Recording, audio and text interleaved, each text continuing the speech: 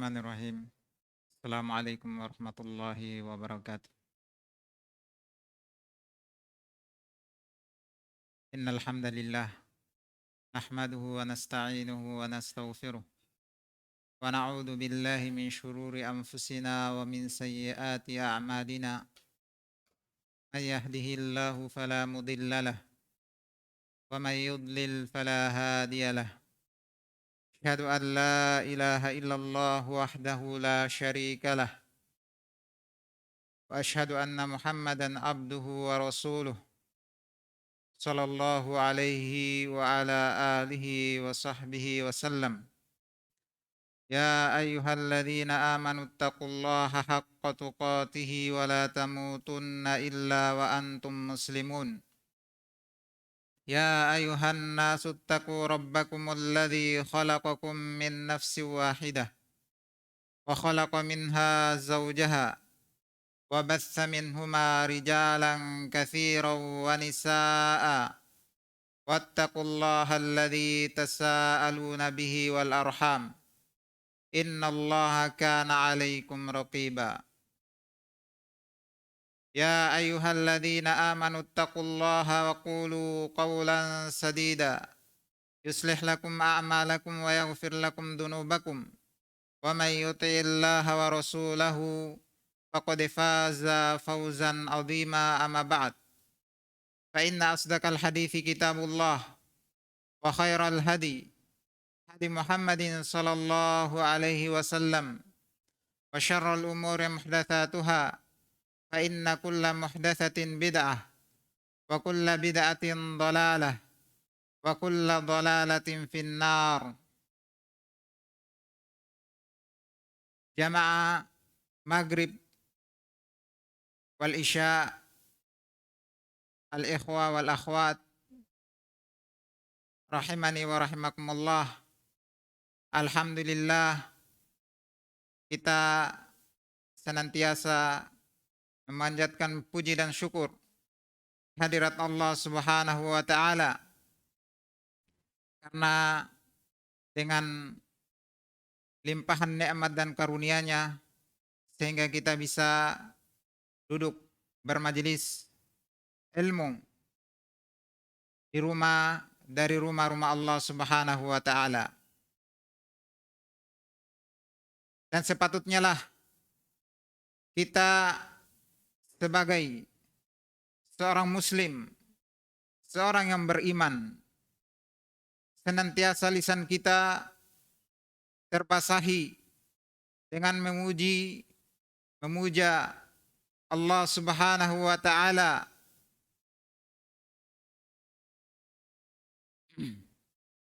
Karena dengannya lah kita akan mendapatkan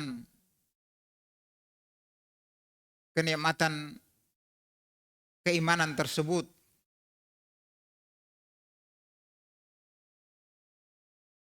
Dan perkara menuntut ilmu adalah perkara yang sangat penting. Dia adalah jalan yang meringkas atau jalan yang mempermudah seorang memasuki surga Allah Subhanahu wa taala. Rasulullah sallallahu alaihi wasallam bersabda, "Man salaka tariqan yaltamisu fihi ilman, sahalallahu lahu bihi tariqan ilal jannah." Barang siapa yang menempuh suatu jalan untuk menuntut ilmu, mencari ilmu, maka kata Rasulullah sallallahu alaihi wasallam, sahalallahu lahu bihi tariqan ilal jannah. Maka Allah Subhanahu wa taala akan memudahkan baginya jalan menuju surga. Ini tentunya kita menuntutnya dengan keikhlasan. Kita melangkahkan kaki kita menuju majelis-majelis ilmu dengan keikhlasan, dengan penuh harap pada Allah Subhanahu wa taala, sehingga dengannya kita akan mendapatkan janji atau apa yang disabdakan oleh Rasulullah sallallahu alaihi wasallam di dalam hadis ini.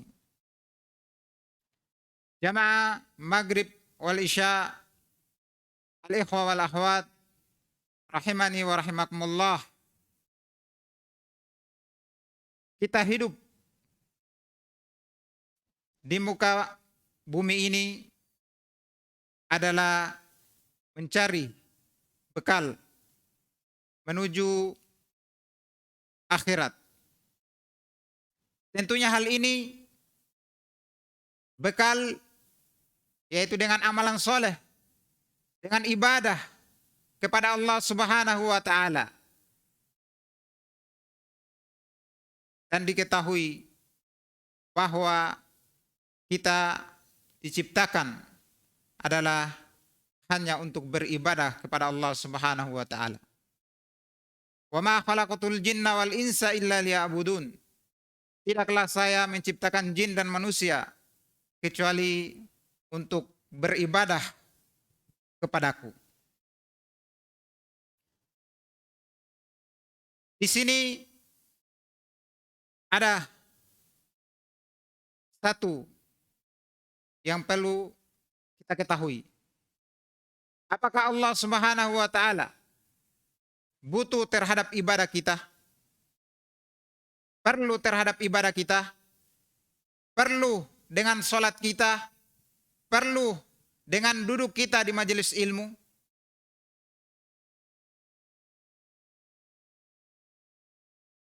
Maka jawabannya, Allah Subhanahu wa taala Maha Kaya dari hal tersebut.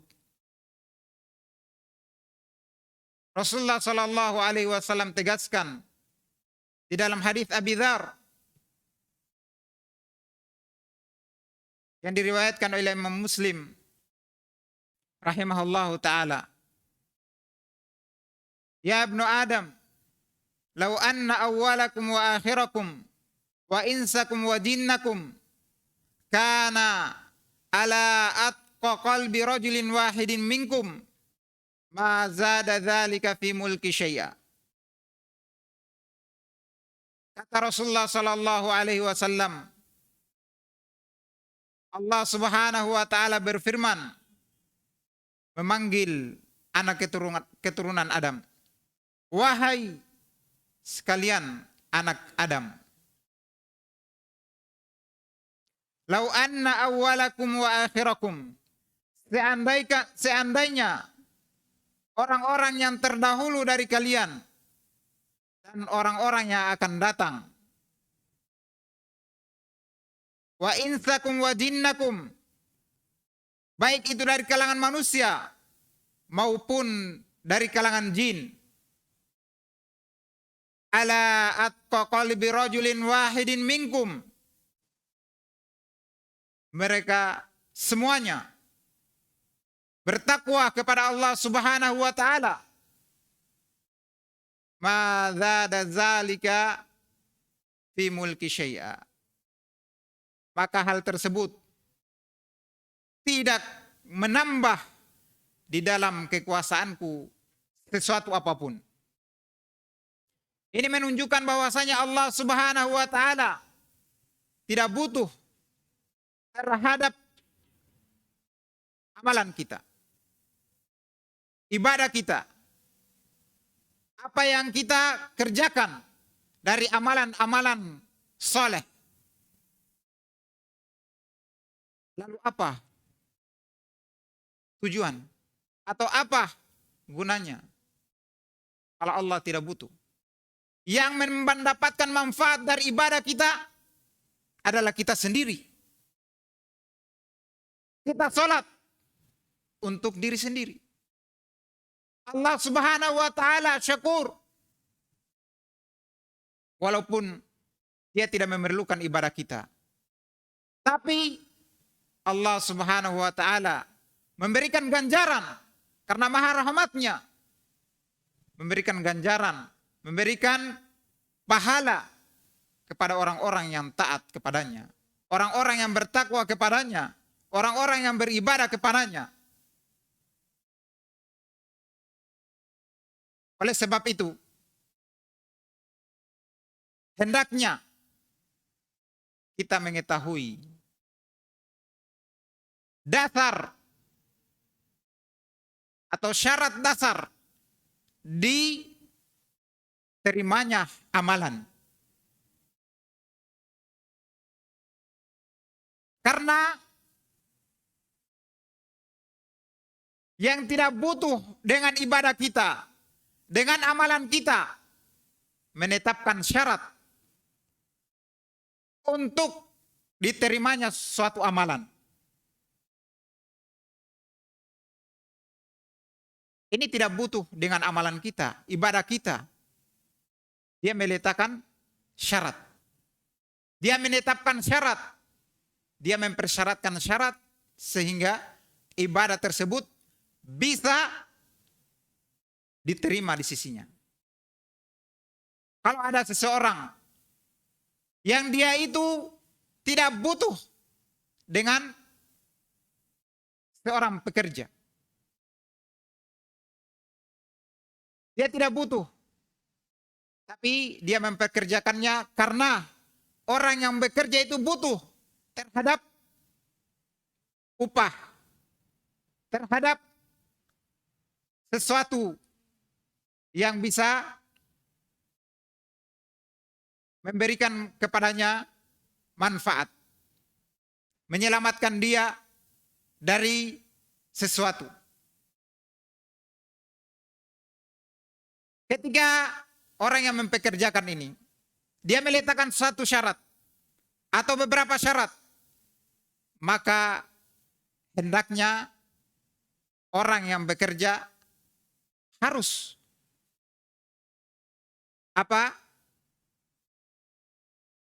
memenuhi syarat tersebut. Karena kenapa? Kalau dia tidak memenuhinya, maka akan tertolak. Akan mudah karena dia tidak butuh dengan amalan tersebut. Dia bekerja, kalau tidak memenuhi syarat, ya ditolak. Karena dia tidak butuh sebenarnya. Tapi yang butuh itu adalah yang bekerja. Maka hendaknya dia memenuhi syarat tersebut.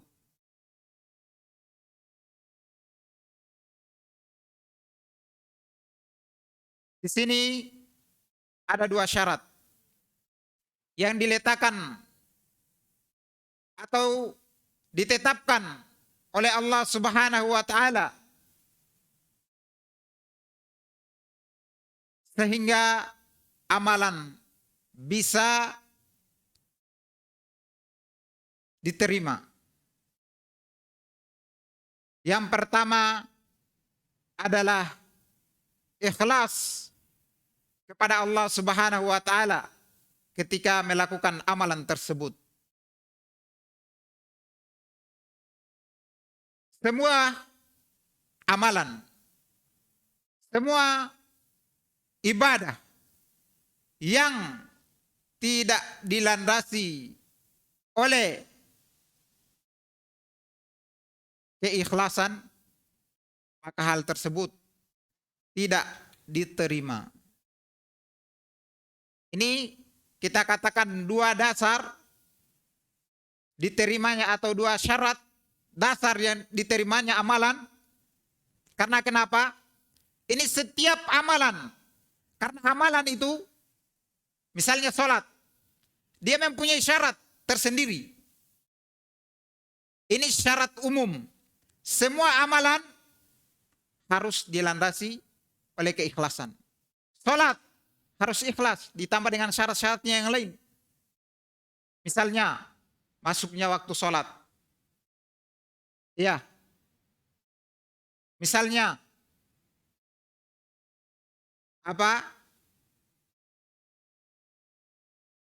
dia kerjakan sholat tersebut dengan niat. Dan dan yang lainnya dari syarat-syarat sholat. Zakat punya syarat tersendiri.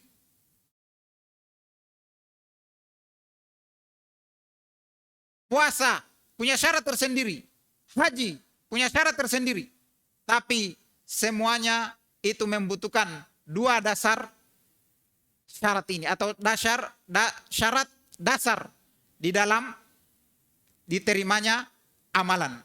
Yang pertama adalah keikhlasan. Ikhlas ini adalah perkara yang sangat agung. Menentukan amalan perbuatan kita, ibadah kita bisa menjadi sesuatu yang bermanfaat di sisi Allah Subhanahu wa taala. Karena betapa banyak amalan-amalan yang tidak bermanfaat karena hilangnya syarat ini. Dan apakah itu ikhlas? Apa definisi dari ikhlas?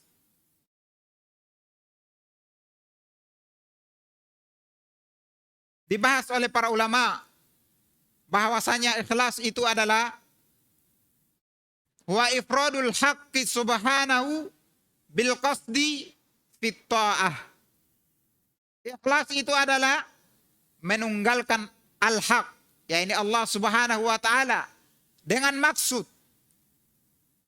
Artinya dia memaksudkan dengan amalan perbuatannya Allah Subhanahu wa taala. Fit ta'ah, di dalam ketaatan. Ini disebutkan oleh Ibnul Qayyim rahimahullahu ta'ala.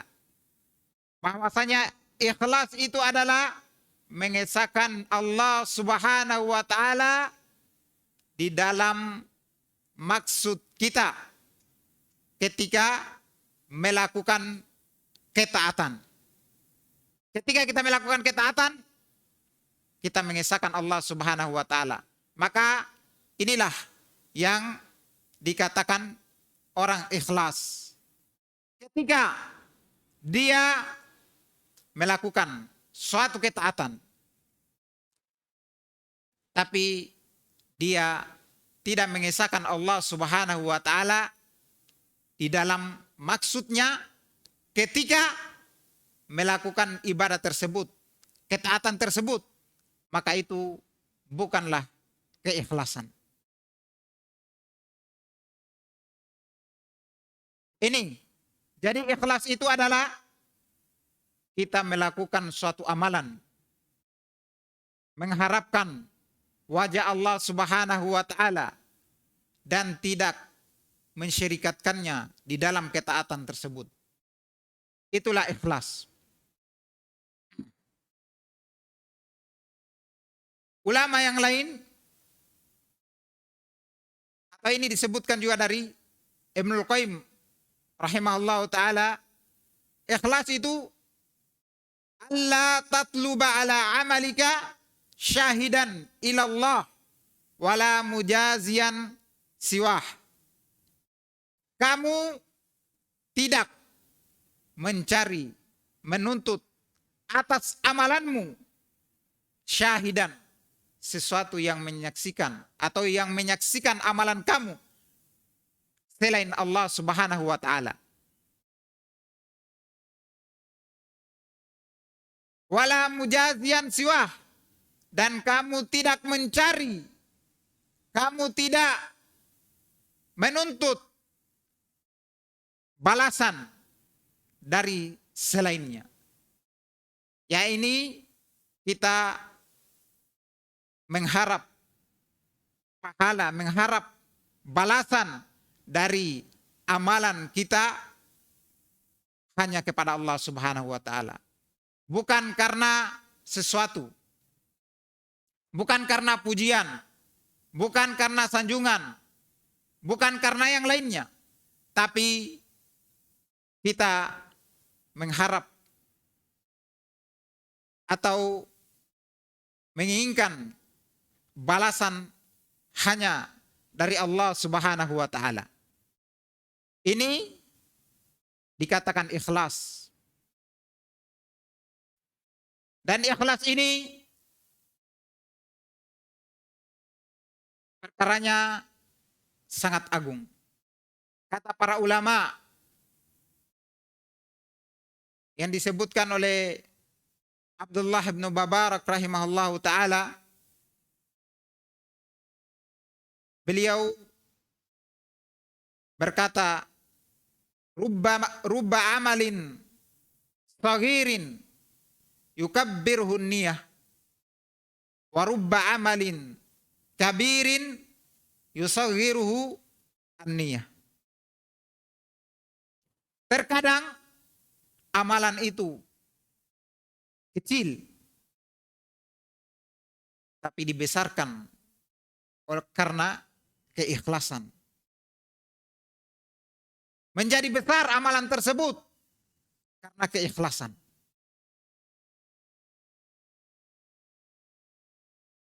Warubba amalin kabir yusaghiruhu niyah. Terkadang amalan sangat agung, sangat besar, tapi dibuat menjadi kecil karena niat, karena keikhlasan.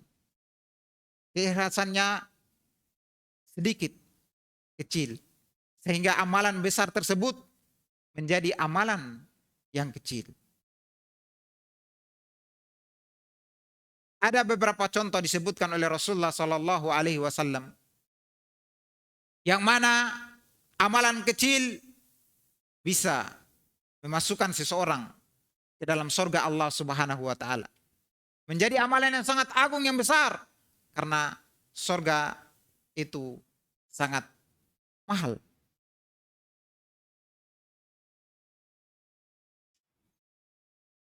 Disebutkan seorang lelaki, Rasulullah Sallallahu Alaihi Wasallam sebutkan ada seorang lelaki yang mendapati wajada kalban, dia mendapati seekor anjing, ya akulu tsara, dia anjing tersebut sudah memakan as-tsara, tanah yang sudah dibasahi oleh air, yang terbasahi dengan air, as-tsara. Maka pemuda ini mengatakan, asabahu ma asabani. Dia telah ditimpa seperti apa yang saya ditimpa, yakni kehausan yang sangat luar biasa.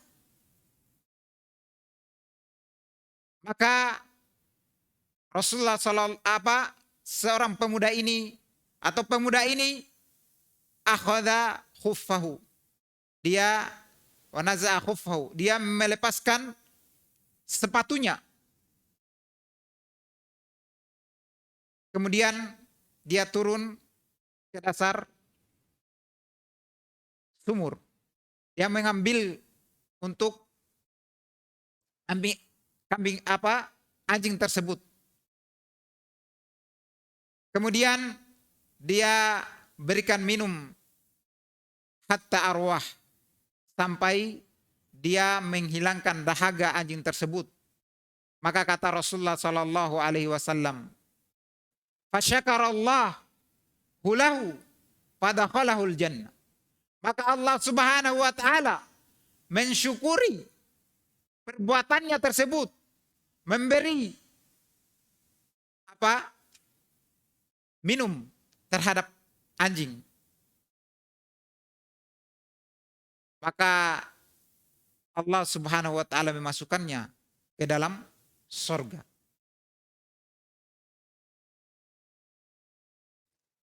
Perhatikan hadis ini. Hadis ini mengajarkan kepada kita bahwa amalan kecil itu menjadi besar, bisa menjadi penyebab masuknya kita ke dalam surga. Anjing yang diberi minum, dengan sebab tersebut bisa memasukkan seseorang ke dalam surga. Kebanyakan dari kita memberi anjing, apalagi anjing yang tidak dipelihara, itu hal yang dianggap sesuatu yang hina. Tapi karena keikhlasannya laki-laki ini, maka Allah Subhanahu wa taala syukuri perbuatan tersebut. Kemudian Allah Subhanahu wa taala masukkan dia ke dalam surga. Setiap dari kita menginginkan hal tersebut. Tapi belum tentu amalan-amalan kita yang besar, yang sangat luar biasa, bisa memasukkan kita ke dalam surga. Yang mana anjing kalau dipelihara, kata Rasulullah sallallahu alaihi wasallam, manik tanah kalban. Siapa yang memelihara anjing, maka yang kusu min ajrihi kulli yaumin qirat. Akan berkurang dari amalannya, amalan kebaikannya, itu 1 qirat. Tapi ketika laki-laki ini memberi dia minum, tentunya dengan keikhlasan, maka Allah Subhanahu wa taala syukuri hal tersebut, Allah masukkan dia ke dalam surga. Ini amalan yang kecil di hadapan manusia. Tapi Allah Subhanahu wa taala besarkan hal tersebut karena niatnya. Sebagaimana disebutkan oleh Imam Abdullah bin Mubarak tadi. Rubba amalin saghirin yukabbirhun niyah. Terkadang amalan kecil itu bisa menjadi besar karena niatnya.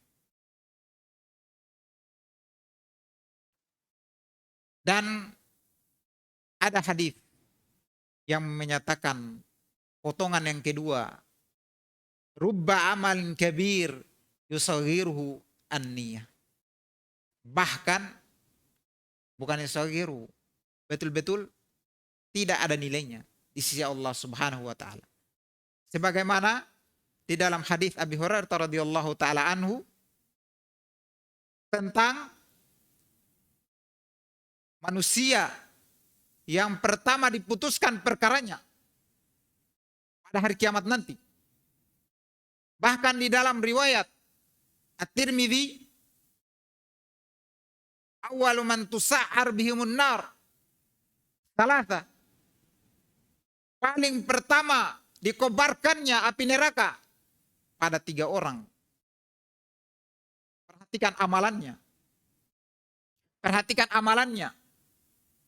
Amalannya dia bukan perampok, bukan penzina. Bukan. Tapi yang pertama, dia adalah orang yang berperang di jalan Allah Subhanahu wa taala dan dia mati, meninggal di atasnya. Orang yang kedua adalah yang menuntut ilmu, membaca Al-Quran. Orang yang ketiga adalah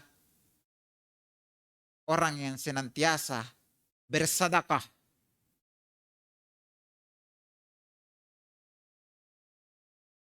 Kata Rasulullah Sallallahu Alaihi Wasallam, ketika didatangkan seorang syahid ini, qataltu fik, saya mada amilta fihi, ketika didatangkan pada hari kiamat, maka Allah Subhanahu wa taala memperkenalkan, mengingatkannya tentang nikmat-nikmat Allah Subhanahu wa taala kepadanya. Kemudian Allah Subhanahu wa taala bertanya, "Madza amilta fihi?" Apa yang kamu telah amalkan dengan nikmat-nikmat tersebut? Maka hamba ini menjawab, qataltu fika hatta stushhid. Saya berperang mengharapkan wajahmu.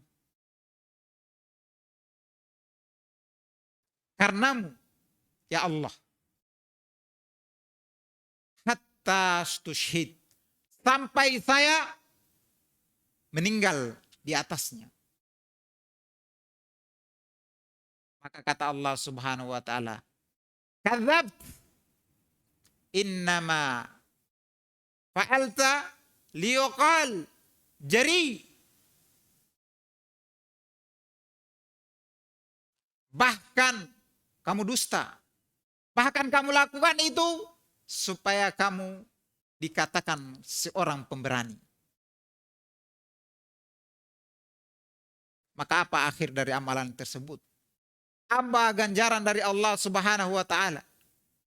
Maka Allah katakan, wa qad qil, hal tersebut telah dikatakan, telah disebarkan bahwasanya kamu itu adalah pemberani. Maka balasannya adalah wa qad qil, telah dikatakan hal tersebut. Fasuhiba ala wajhi hatta ulqiya finnar. Maka diseretlah lelaki ini di atas wajahnya sampai dia dilemparkan ke dalam neraka. Waliyadzubillah. Perhatikan amalan yang sangat agung. Amalan berperang di sisi Allah Subhanahu wa taala. Tapi apa ujung dari hal tersebut?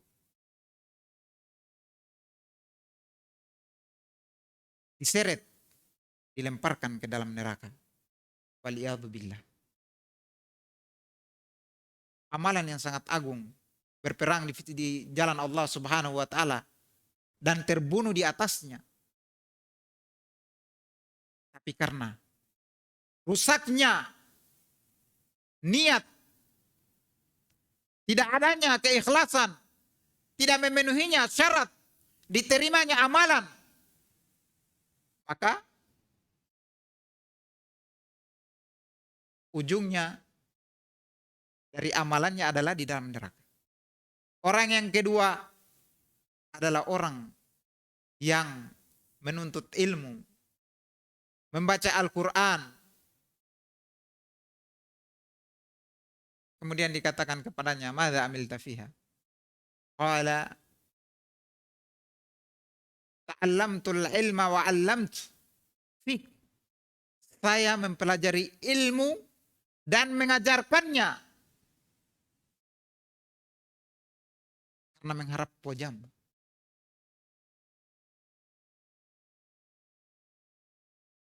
Wa qara'atul Qur'an fik, dan saya membaca Al-Quran karena mengharap pahala, mengharap wajahmu. Maka apa jawaban Allah Subhanahu wa taala? Kadzab, bal fa'alta atau amilta liuqal alim, liuqal qari'. Kamu dusta, bahkan kamu lakukan tersebut. Kamu menuntut ilmu dan mengajarkannya untuk dikatakan seorang alim, seorang yang berilmu. Kamu membaca Al-Quran dengan tajwid, dengan segala kelengkapannya. Liuqal qari', agar kamu dikatakan seorang qari'. Maka kata Allah, wa qad qil, maka hal tersebut telah dikatakan kepadamu. Kemudian fa ummira fasuhiba finna fasuhiba ala wajhihi hatta ulika finnar. Bayangkan menuntut ilmu, kita sebutkan tadi menuntut ilmu adalah jalan yang memudahkan jalan seseorang menuju surga. Tapi karena rusaknya, tidak adanya nilai-nilai keikhlasan di dalamnya, sehingga mengakibatkan amalan yang agung ini menjadi penyebab baginya merasakan adab Allah Subhanahu wa taala.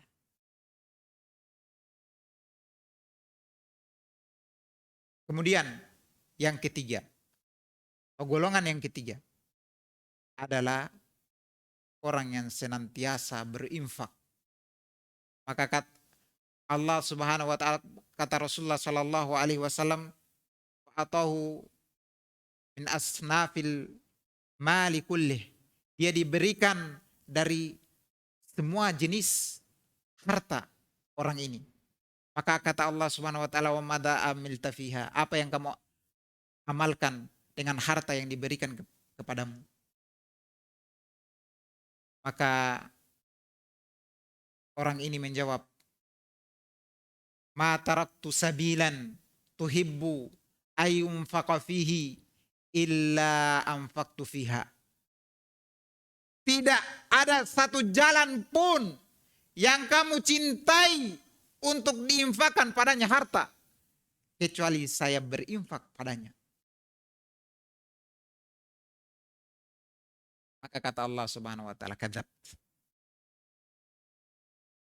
Bahkan kamu dusta.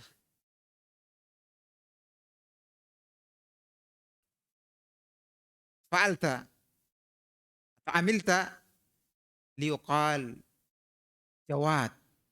Kamu amalkan hal tersebut supaya kamu dikatakan bahwasanya kamu adalah dermawan. Wa qad qil, dan telah dikatakan hal tersebut. Telah disanjung kamu di tengah-tengah masyarakat, di tengah-tengah kaum dengan sebutan dermawan. Fa umira fasuhiba ala wajhihi wa ulqiya finnar. Maka kemudian diperintahkan dan diseret di atas wajahnya, dilemparkan ke dalam neraka. Perhatikan, amalan yang tiga ini adalah amalan yang sangat agung. Bayangkan orang yang meninggal di atas peperangan di jalan Allah Subhanahu wa taala, membela agama Allah Subhanahu wa taala, tapi dengan niat yang tidak ikhlas. Yang kedua, dia menuntut ilmu. Dengannya akan nampak Islam, nampak ilmu, nampak ajaran-ajaran Islam. Dia sudah belajar, mengajarkan lagi. Kemudian orang yang ketiga, orang yang semua jalan kebaikan dia berinfak padanya. Menunjukkan orang ini sangat dermawan. Tapi semua ini mereka lakukan karena mau dibilang, menginginkan sanjungan di tengah-tengah masyarakat. Sehingga akhir dari amalan tersebut adalah neraka.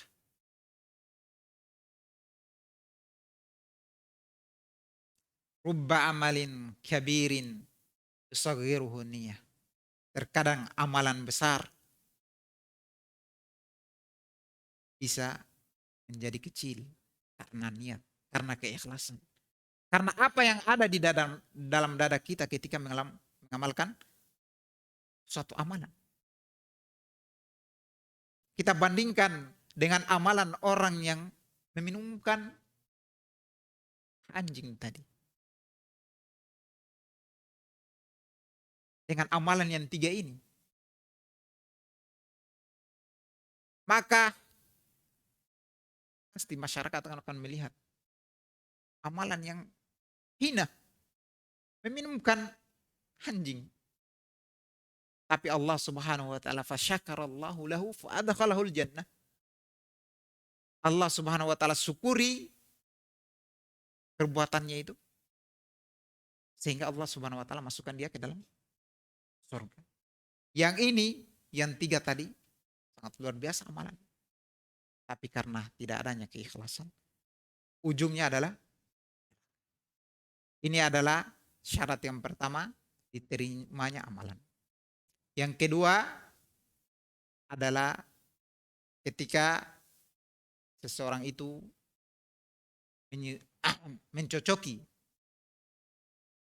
sunnah Rasulullah Sallallahu Alaihi Wasallam di dalam amalannya. Atau kata lain, mutaba'ah. Mengikuti Rasulullah Shallallahu Alaihi Wasallam di dalam ibadah-ibadahnya. Ini syarat yang kedua.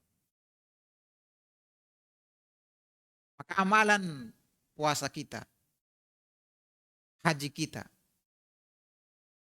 sholat kita, zakat kita harus mencocoki sunnah, mencocoki amalan Rasulullah Sallallahu Alaihi Wasallam.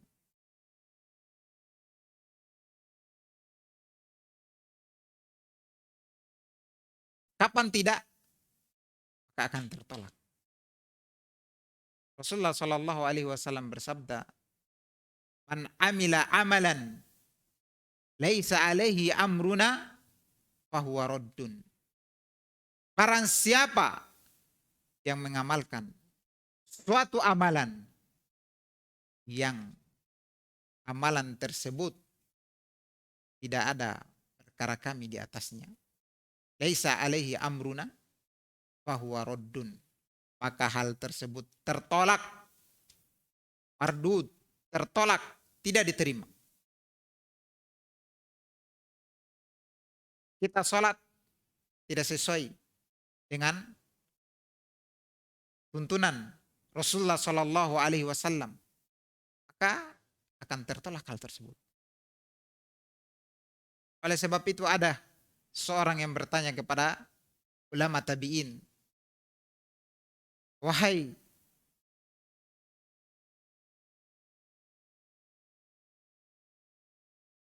dia mengatakan, apakah saya akan diazab karena saya melakukan sholat?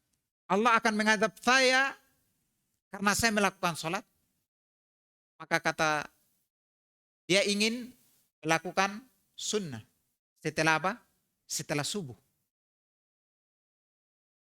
Maka kata seorang alim ini, Allah tidak akan mengadabmu karena kamu melakukan sholat.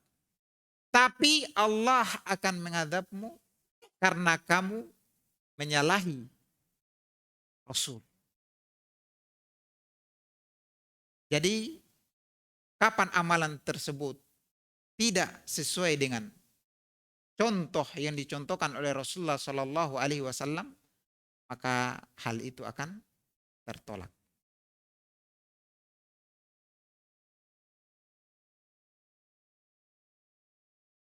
Maka dari sini hendaknya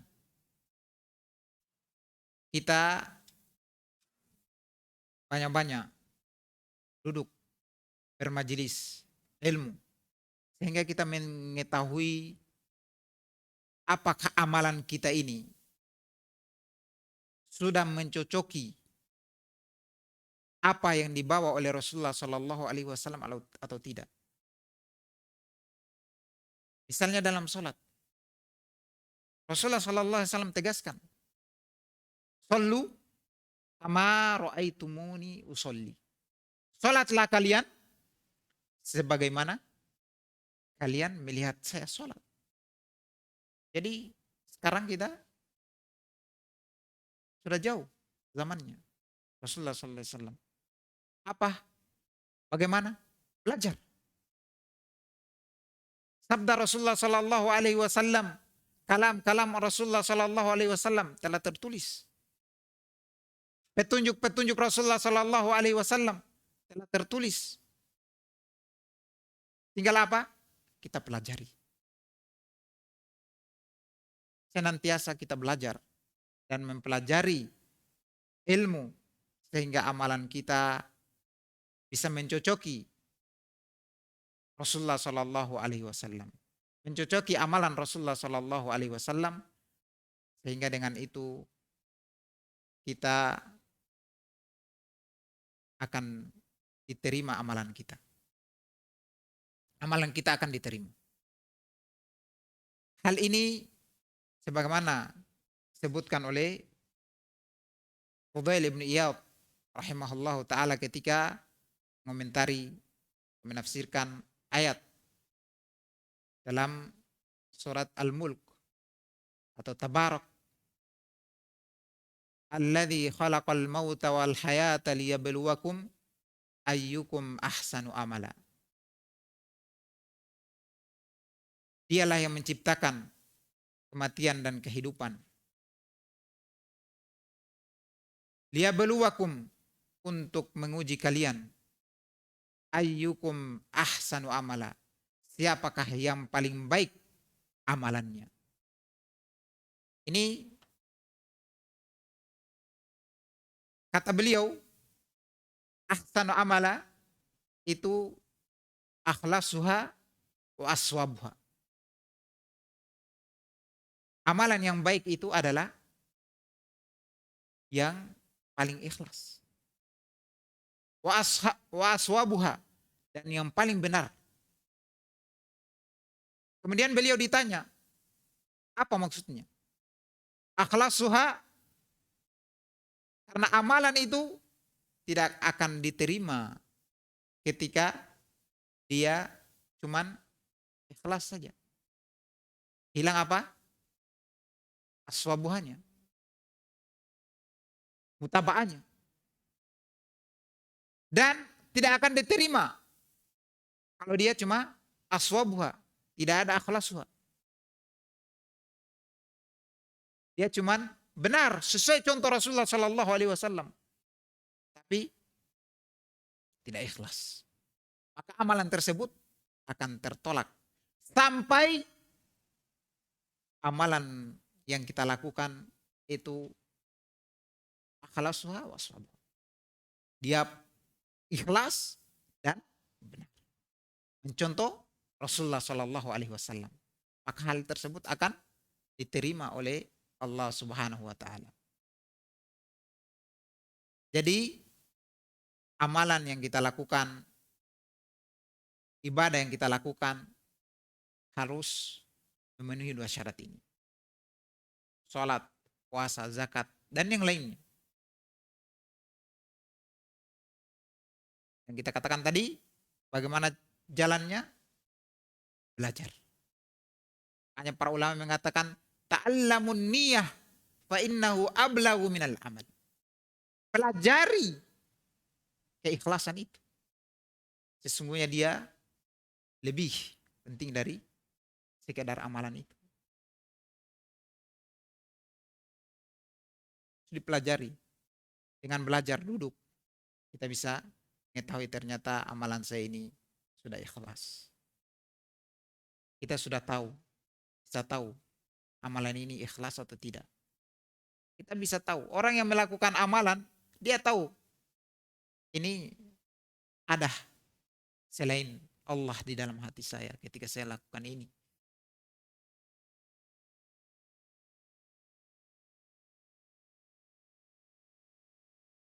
Maka dari sini ketika kita melakukan amalan, mari kita perbaiki niat kita. Kemudian kita tahu amalan tersebut kaifiahnya bagaimana dilakukan.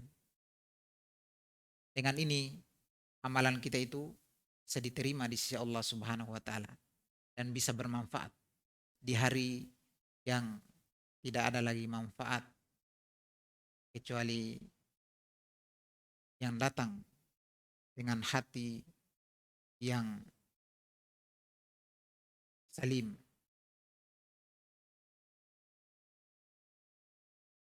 Mungkin ini yang bisa disampaikan pada kesempatan ini. Mudah-mudahan bermanfaat. Lebih dan kurang dimaafkan, mohon dimaafkan. Apabila ada benarnya itu datangnya dari Allah Subhanahu wa taala. Dan apabila ada kesalahan, saya minta ampun kepada Allah Subhanahu wa taala. Semoga saya diampuni dari kesalahan tersebut. Subhanakallah bihamdik, asyhadu an la ilaha illa anta, astaghfiruka wa atubu ilaik.